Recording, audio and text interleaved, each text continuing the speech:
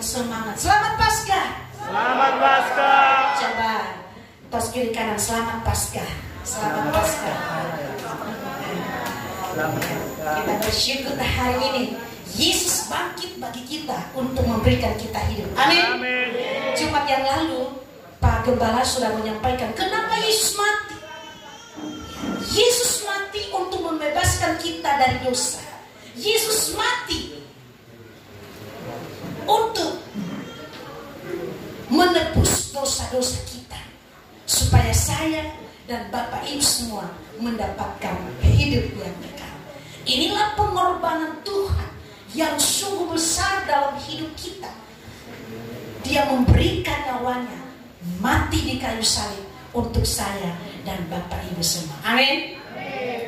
Pak Nakso sudah jelaskan Jumat yang lalu tentang kematian Tuhan. Yesus mati hanya sekali untuk selamanya. Setelah itu dia bangkit, dia hidup, memberikan kita jaminan hidup yang kekal.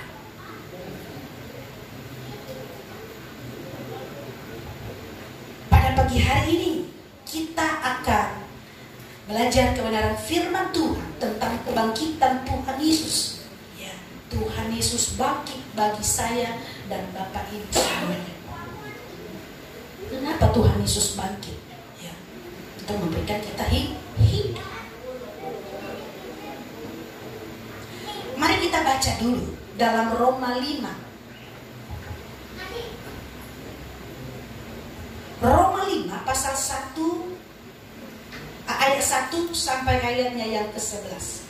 Roma 5 ayat 1 sampai ayatnya yang ke-11. Nanti kita akan baca secara silih berganti. Sudah dapat semuanya? Baik, saya akan memulai. Hasil pembenaran. Sebab itu kita yang dibenarkan karena iman, kita hidup dalam damai sejahtera dengan Allah oleh karena Tuhan kita Yesus Kristus.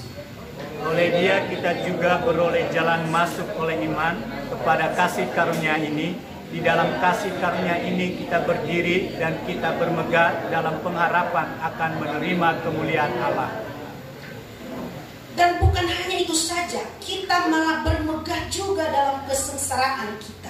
Karena kita tahu bahwa kesengsaraan itu menimbulkan ketekunan. Dan ketekunan menimbulkan tahan uji, dan tahan uji menimbulkan pengharapan. Dan pengharapan tidak mengecewakan, karena kasih Allah telah dicurahkan di dalam hati kita oleh Roh Kudus yang telah dikaruniakan kepada kita.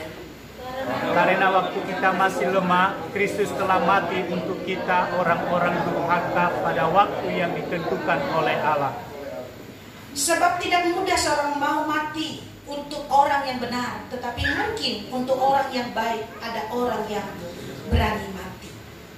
Akan tetapi Allah menunjukkan kasih-Nya kepada kita oleh karena Kristus telah mati untuk kita ketika kita masih berdosa. Lebih-lebih karena kita sekarang telah dibenarkan oleh darahnya, kita pasti akan diselamatkan dari murka Allah. Sebab di dalam kita ketika masih seteru diperdamaikan dengan Allah oleh kematian anaknya, lebih-lebih kita yang sekarang telah diperdamaikan pasti akan diselamatkan oleh hidupnya. Dan bukan hanya itu saja, kita malah bermegah dalam Allah oleh Yesus Kristus Tuhan kita, sebab oleh Dia kita telah menerima pendamaian itu. Amin. Ya. Kita membahas tentang kebangkitan Yesus Kristus. Kuasa kebangkitan. Apakah kuasa kebangkitan Kristus itu dalam kehidupan kita sebagai umat Tuhan? Di ayat yang pertama dikatakan, sebab itu kita yang dibenarkan karena iman, kita hidup dalam damai sejahtera dengan Allah oleh karena Tuhan kita Yesus Kristus. Kuasa kebangkitan Tuhan dalam kehidupan kita sebagai umat Allah di tempat ini. Pertama, kita dibenarkan. Kita menjadi orang yang benar. Yang tadinya kita adalah orang-orang berdosa, orang-orang yang tidak layak menerima kasih karunia Allah. Tetapi oleh darah Yesus, oleh kematiannya, kita dibenarkan oleh kuasa Jadi pertama, kita dibenarkan, kita menjadi orang yang dibenarkan. Bukan karena memang kita orang benar, orang suci, tidak. Kita adalah orang berdosa. Tetapi oleh karena kasih karunia Tuhan, kasih Allah yang sungguh besar dalam hidup kita, orang yang berdosa ini, sehingga kita dibenarkan oleh kuasa darah Tuhan. Itulah kuasa kebangkitan Yesus dalam kehidupan kita sebagai orang percaya. Kita dibenarkan oleh karena iman kita. Karena kita percaya kepada Yesus, maka kita dibenarkan oleh kuasa darahnya. Ketika kita dibenarkan oleh kuasa darah Tuhan, maka kita akan mendapatkan damai sejahtera Allah. Damai Allah ada dalam hidup kita. Jadi hal yang pertama yang terjadi dalam kehidupan kita, kuasa kebangkitan Tuhan sangat berdampak dalam kehidupan kita sebagai umat Tuhan. Yang pertama adalah kita menjadi orang yang dibenarkan oleh Allah. Kita menjadi orang benar oleh karena iman percaya kita kepada Yesus. Bukan karena kuasa kita, bukan karena kehebatan kita, kita menjadi orang benar. Kita dibenarkan, tidak. Tetapi oleh karena kasih Tuhan yang sungguh besar dalam hidup kita, makanya kita dibenarkan oleh Tuhan menjadi orang yang benar. Walaupun kita menyadari bahwa hidup kita penuh dengan dosa, setiap hari yang kita lalui ada banyak hal yang kita lakukan yang tidak sesuai dengan kebenaran firman Tuhan, yang tidak sesuai dengan yang Tuhan harapkan dalam kehidupan kita. Tetapi kuasa darah Tuhan membebaskan kita dari kuasa dosa. Yesus mati bagi kita untuk menebus dosa saya dan jemaat Tuhan semua. Jadi mari jangan kita sia-siakan kesempatan yang ada pada saat ini. Mari kita terus mendekatkan diri kepada Tuhan. Kita sudah dibenarkan. Coba kalau kita didakwa terus, terkadang kita dalam keseharian kita, kalau kita melakukan sebuah kesalahan, seolah-olah kita menuduh diri kita sendiri. Aduh, bagaimana ini, saya udah orang berdosa, bagaimana ini. Tetapi kuasa darah Tuhan membebaskan kita dari kuasa dosa itu. Kita tidak mati lagi dalam dosa-dosa kita, tetapi kita ada di dalam kasih karunia-Nya Allah. Jadi kuasa kebangkitan Tuhan sangat berdampak bagi kita sebagai umat Tuhan. Pertama, kita menjadi orang yang dibenarkan. Kita coba lihat diri kita, perasaan saya gak layak menjadi orang yang dibenarkan oleh Tuhan. Saya tidak layak ditolong oleh Tuhan oleh karena sikap saya, oleh karena sikap hati saya, oleh karena perbuatan saya. Tetapi puji syukur kepada Allah, Allah yang kita sembah, Allah yang kita percayai adalah Allah yang penuh kasih. Allah itu kasih. Makanya di 1 Yohanes 4 ayat 8 dikatakan bahwa barang siapa tidak mengasihi Allah, berarti dia belum percaya kepada Allah sepenuhnya. Karena Allah itu adalah kasih. Jadi Bapak Ibu Saudara semuanya, mari biarlah dalam kebangkitan Tuhan Yesus hari ini bangkit buat saya dan Bapak Ibu semuanya.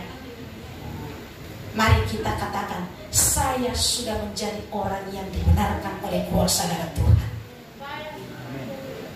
Ayo sebutkan, saya sudah menjadi orang yang dibenarkan oleh kuasa darah Tuhan. Kepanjangan ya. Saya sudah menjadi orang yang benar, dibenarkan oleh kuasa darah Tuhan.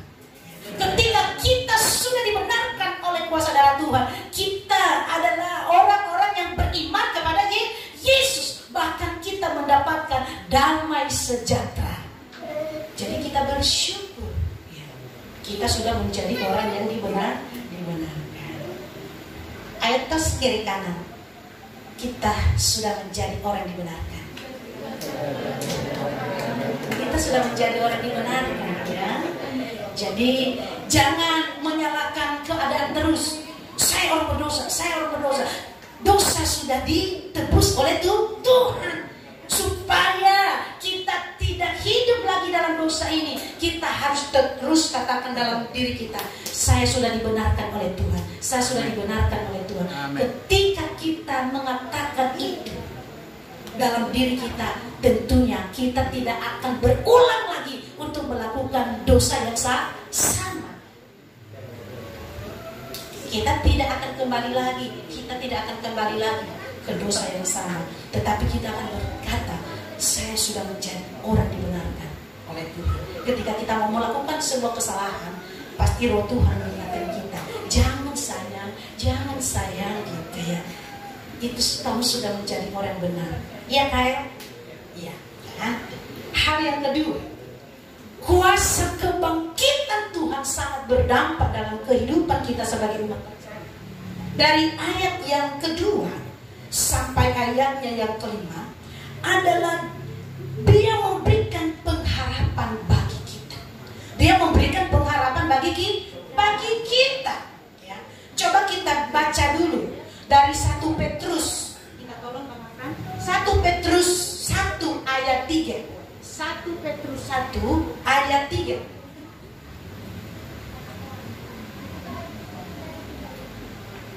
1 Petrus 1 ayat 3. Mari kita baca secara bersama-sama. 3 mulai.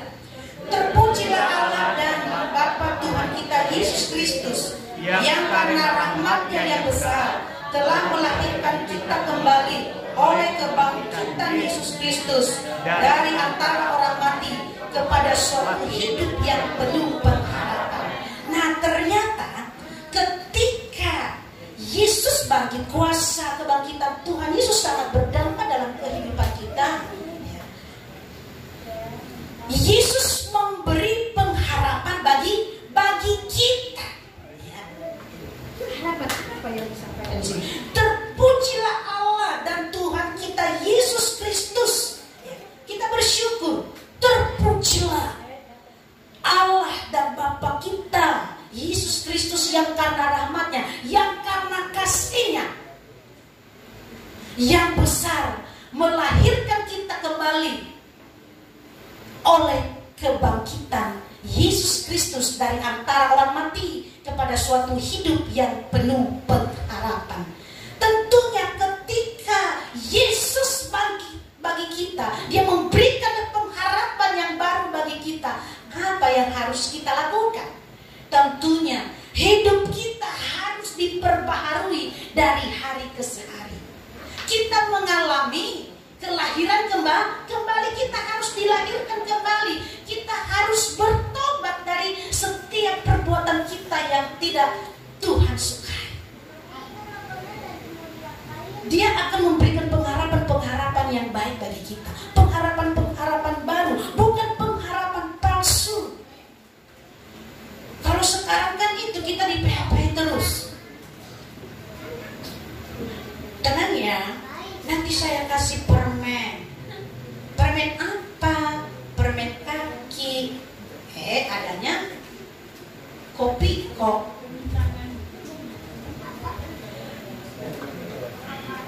Ini pengharapan di dalam Tuhan. Pengharapan itu tidak akan mengecewakan kalau kita baca tadi di Roma. Makanya hidup kita itu harus mengalami pembaharuan demi pembaharuan dari hari ke hari, dari menit ke menit. Karena di dalam menit-menit yang kita jalani ada banyak hal yang tidak Tuhan sukai. Mungkin kita menyakitilah istri kita, kita mengecewakan suami kita. Iya Pi, nanti saya bikin itu kopi yang mana? Ternyata ditunggu-tunggu. Katanya ambil sendiri.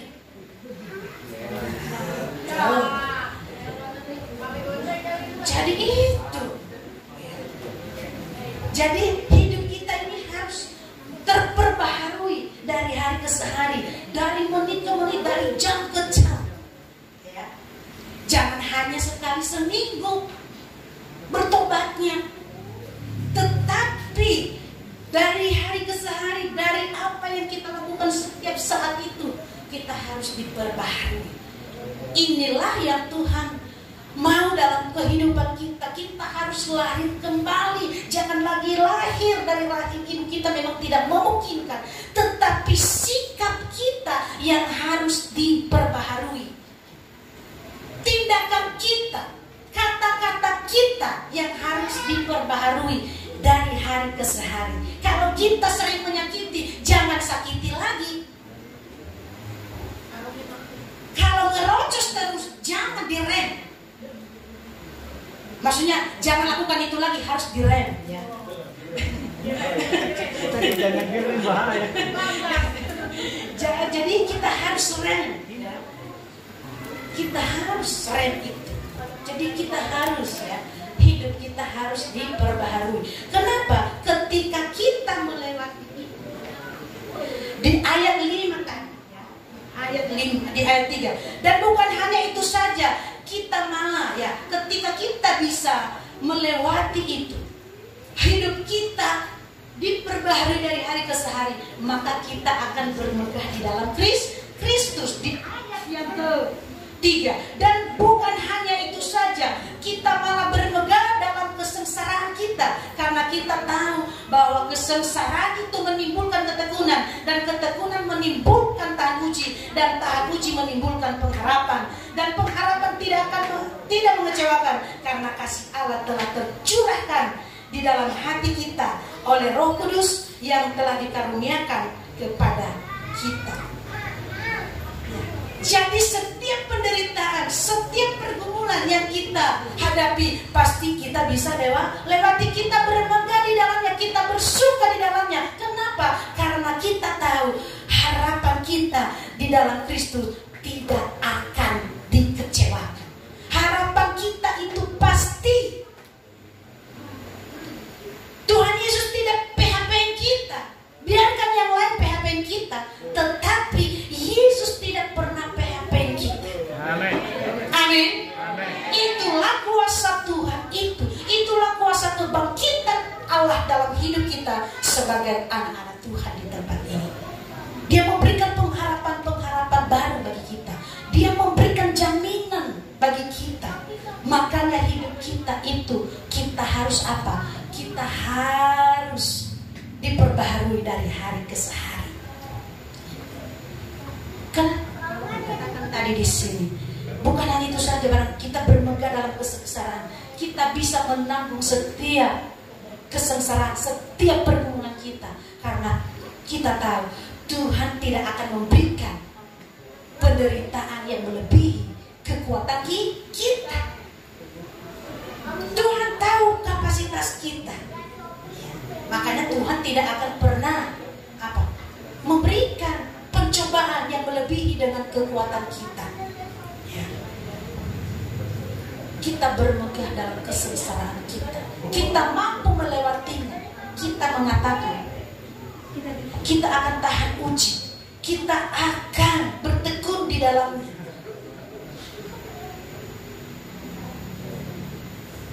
Ketika kita tahan uji di dalamnya, maka pengharapan-pengharapan itu akan terwujud dalam hidup kita. Tidak di dalamnya kita kecewa, tidak kecewa di dalamnya. Aduh, bagaimana kelamaan sama ikut Tuhan. Katanya Tuhan Yesus itu luar biasa, tidak PHP, tapi kok lama. Butuh proses. Kalau kita bikin kue juga, kue bolu, apalagi kue bolu itu tidak langsung jadi pertama kali kita itu bikin, berkali-kali dengan resep yang sama, dengan takaran yang sama. Kok ini agak keras. Kalau saya lempar anjing langsung mati nih lemparan kue bolu. Kalau kita bikin kue donat, pernah kami bikin kue donat, karena baru pertama kali ngadonin. Astaga, ini rasa kue donat rasa apa? Ternyata kebanyakan menteganya. Kok rasanya aneh ya, nggak kayak kue donat yang lain gitu. Berulang-ulang kata Pak Ano, coba diulang lagi besok. Apa sih yang kurang? Kok kita makan rasanya agak-agak aneh dikit gitu ya. Ya itu pertama kali bikin kue donat. Itu masih zaman Kaverti. Aduh, kurang lebih tahun 2012 yang lalu. Waktu kami pertama kali bikin kue donat. Astaga, tahun 2012 donatnya kok aneh. Ya itu. Jadi dalam Kristus juga harapan-harapan kita itu nggak langsung jadi sama Tuhan, tetapi kita diproses. Kalau kita melewati kesengsaraan demi kesengsaraan, Tuhan akan berikan hal-hal yang terbaik untuk kita. Amin. Coba kita lihat diri kita, apakah tiap hari kita sengsara? Enggak. Apakah tiap hari kita hanya makan singkong? Tidak. Ada macam-macamnya. Apakah tiap hari kita hanya makan bakso? Enggak, ada nasinya, kan? Ada itu. Ini luar biasa Tuhan Yesus itu. Ya, jadi kita itu tidak menderita terus-menerus. Ya. Tuhan juga memberikan kesejahteraan bagi kita. Amin. Jadi makanya jangan sampai kehilangan pengharapan kita kepada Tuhan. Jangan sampai kita mengatakan, aku kecewa Tuhan, saya tidak mau percaya lagi. Itu adalah janji palsu. Jangan. Janji Tuhan adalah janji yang pasti dalam hidup kita. Janjinya apa? Memberikan hidup yang kekal. Amin. Amin. Pengharapan tidak mengecewakan. Coba terus kiri kanan dulu. Pengharapan tidak mengecewakan. Pengharapan kita tidak begitu. Tidak kecewa di dalam Tuhan. Kita boleh kecewa kepada manusia, tetapi sama Tuhan jangan. Amin. Boleh kecewa sama manusia. Mungkin tidak ada yang perhatikan kita. Apakah kita sudah makan apa belum? Apakah kita sudah mandi apa belum? Jangan. Tetapi jangan sampai kecewa kepada Tuhan Yesus, karena pengharapan kita tidak akan pernah hilang. Jadi Yesus adalah pengharapan kita. Dia mati bagi saya dan Bapak Ibu semua. Ya. Yang pertama tadi, kuasa kebangkitan Tuhan sangat berdampak dalam hidup kita. Pertama, kita menjadi orang yang dibenarkan oleh karena iman kita kepada Yesus. Dia memberikan kedamaian. Memberikan apa? Memberikan damai sejahtera. Kedua, Dia memberikan pengharapan yang jelas dalam hidup kita. Tidak abu-abu, tapi pengharapan kita itu jelas di dalam Yesus. Adalah hidup yang kekal. Ketiga, apa yang ketiga ya dampaknya bagi kita sebagai umat Tuhan di tempat ini? Yang ketiga, kita diperdamaikan. Ya, di ayat yang ke-10. Saya baca ya. Sebab jikalau kita ketika masih seteru diperdamaikan dengan Allah oleh kematian anaknya, lebih-lebih kita yang sekarang telah diperdamaikan pasti akan diselamatkan oleh hidupnya. Jadi dampak kuasa kebangkitan Tuhan dalam kehidupan kita. Yang ketiga, kita diperdamaikan.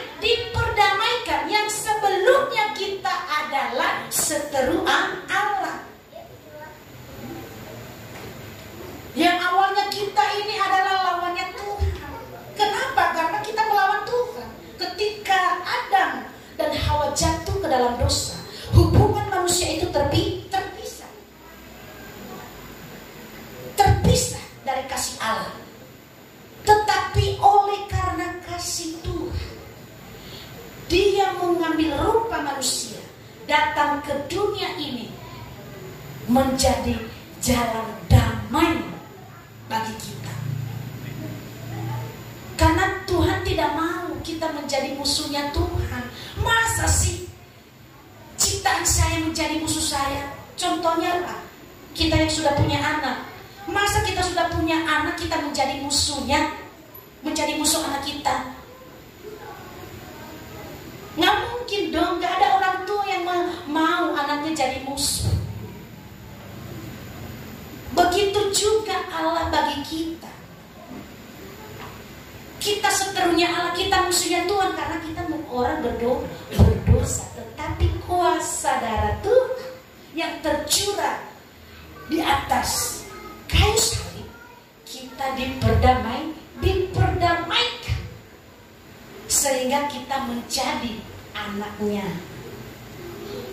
Kita menjadi sahabatnya Tuhan. Walaupun kita menyadari, aduh, dosaku. Coba kalau setiap kita yang punya orang tua, yang punya anak juga, kalau anak kita minta maaf sama kita, kita maafin gak? Maafin. Kita tambah cubit gak? Enggak kan? Pasti perlu.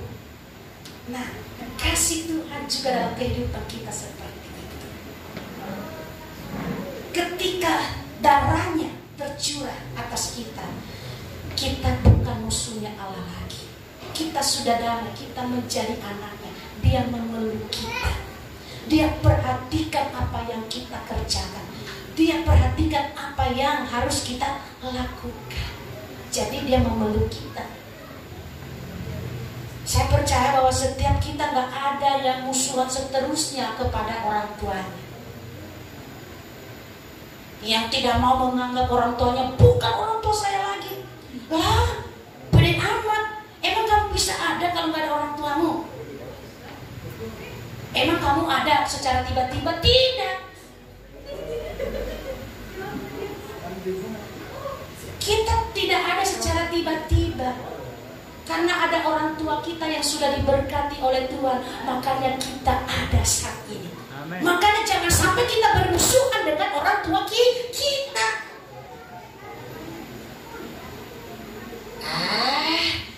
Orang tua jangan ya.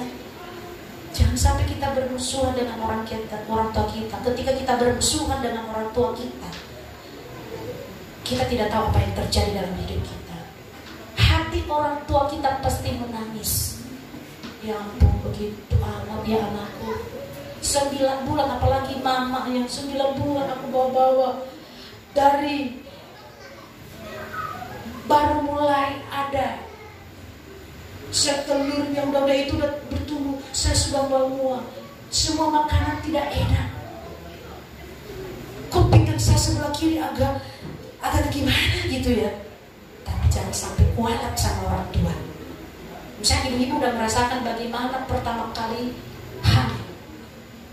Kita merasakan dalam 9 bulan ya Bu. Udah bulan yang kelima makanya lahap banget. Kok makanya banyak amat gitu? Iya, karena saat lu sudah umur 8 bulan atau 7 bulan itu, aduh, setiap cek ke dokter kami ke buah hati, aduh, kok martabak rasa keju habis. Sambil tangan, ada nih, beli martabak dulu. Saya beli itu mangga 1 kilo. Kok kayaknya cuma aku yang makan. Kok bisa ya? Akhirnya saya makan martabak 1 box, hanya saya. Habis itu makan mangga 1 kilo. Aduh, luar biasa. Pantesan anak saya gede banget pas lahiran 3,8 kilo. Luar biasa. Karena anak pertama gak bisa lahir normal. Ya udahlah, harus sesar, kegedean katanya. Aduh. Nah itu. Apakah sekarang kita mau bermusuhan dengan anak kita? Kita sudah jaga makanannya, kita harus makan yang matang benar, tidak makan setengah matang. Kalau kita makan yang setengah matang, kena virus, bisa keguguran. Ini nih yang belum menikah, saya kasih tips. Jangan, kalau lagi hamil, jangan makan yang setengah matang, harus matang benar. Takut ada virus, kena virus ya udah, anaknya yang berbahaya. Ya itu. Puji Tuhan. Jikalau dia sekarang tidak bermusuhan sama saya, apakah saya tidak menangis dalam hati? Masa saya sudah bawa-bawa 9 bulan, saya sudah mual-mual gak bisa makan. Semua jenis makanan dari bulan pertama sampai 4 nggak masuk. Nah di bulan yang kelima baru oke. Itu juga begitu dalam hidup kita. Dia tidak mau bermusuhan dengan kita. Masa saya sudah ciptakan saya mau bermusuhan? Saya harus damai dong. Hidup damai. Tos kiri kanan. Hidup damai. Jangan musuhan. Hidup damai ya. Jadi kita harus damai karena kita sudah diperdamaikan oleh darah Kristus. Amin. Amin. Amin. Jadi kita harus damai-damai dalam hidup ini. Ya. Jangan sampai kita bermusuhan, karena bermusuhan itu tidak enak sekali. Ya. Walaupun kita panas-panas begini, nggak apa-apa, jangan sampai bermusuhan. Saya nggak mau dibakar Tuhan, panas-panas terus. Tapi sabarlah. Ya. Kali aja di tahun ini kita bisa tutup-tutup dulu nih. Berimanlah kepada Tuhan. Kita saweran lah, ya. Kata Pak Suryadi, udah dah satu jendela saya mau tutup ya. Satu jendela. Puji Tuhan, puji Tuhan, puji Tuhan. Jangan sampai kita berpikir dulu sampai berlantai-lantai, jangan. Ya, kita berpikir yang sudah ada ini bagaimana supaya kita nyaman ibadah. Amin. Amin. Jadi kita tidak ngipas nih. Mau ngipas apa tidak? Tidak ngipas kan? Nah, mari kita bergandengan tangan ya. Jadi kuasa kebangkitan Tuhan sangat bermanfaat dalam kehidupan kita sebagai anak-anak Tuhan. Pertama tadi kita menjadi orang yang dibenarkan oleh kuasa darah Tuhan. Kedua, kita diberi pengharapan yang jelas, hidup dan kekal. Tuhan Yesus tidak PHP kita. Ketiga, kita diperdamaikan oleh darah Kristus. Amin. Saya percaya ketiga hal ini kalau kita terapkan dalam kehidupan kita, saya sudah menjadi orang benar, jadi saya tidak mau melakukan hal-hal yang Tuhan tidak sukai. Oh, harapan saya tidak mau kecewa lagi sama Tuhan, karena harapan saya sama Tuhan sangat jelas. Hidup yang kekal. Ketiga, saya tidak mau menjadi musuhnya Tuhan. Saya tidak mau kecewa, tapi saya mengatakan saya sudah diperdamaikan oleh kuasa dari Tuhan. Amin. Amin untuk firman